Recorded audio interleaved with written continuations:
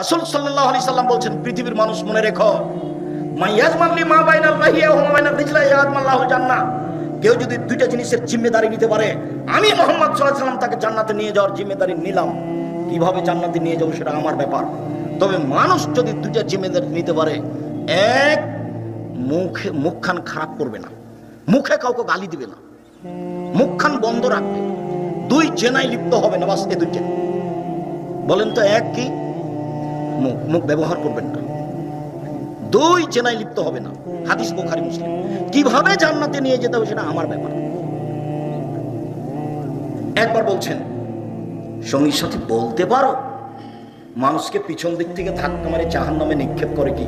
সঙ্গীর সাথে বলতে পারো মানুষকে পিছন দিক থেকে ধাক্কা মারে জাহান্নামে নিক্ষেপ করে কি?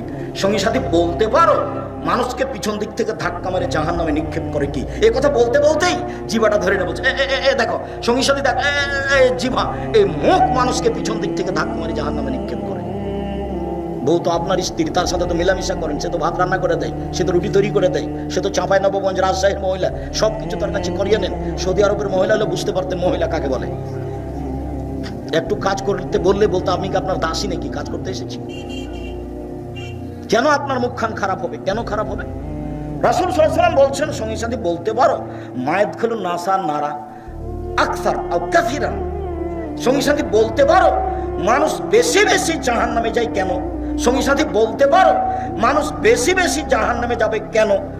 তখন সাহাবীগণ বলছেন, আল্লাহ রাসূল ভালো জানেন। আল্লাহ রাসূল বলছেন, আল ফারজাল ফাম, মুখের কারণে আর লজ্জা স্থানের কারণে, জেনার কারণে আর মুখখান খারাপ হওয়ার কারণে। একদিন আবু মুসা আশআরী বলছেন, সঙ্গীর সাথে কাইফা বিকুম ওয়া বিজামানিন, তোমাদের কি হবে, যুগের কি হবে, তোমাদের কি হবে, যুগের কি হবে, তোমাদের কি হবে, যুগের কি হবে। এই যে উবকে তুমি হোসালাতে মিনান নাস, যেদিন সমাজের লোক হবে আগাছা, সবাই যেদিন খারাপ হবে, সেদিন তোমাদের কি হবে, যুগের কি হবে।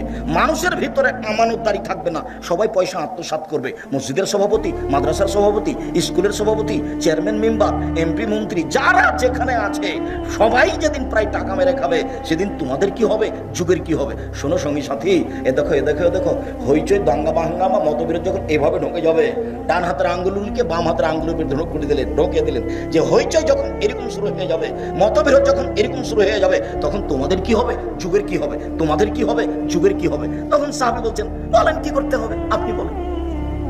তখন উত্তরে বললেন যে মুখখান বন্ধ রেখো, আলজিম লিসানাক, মুখখান বন্ধ রেখো।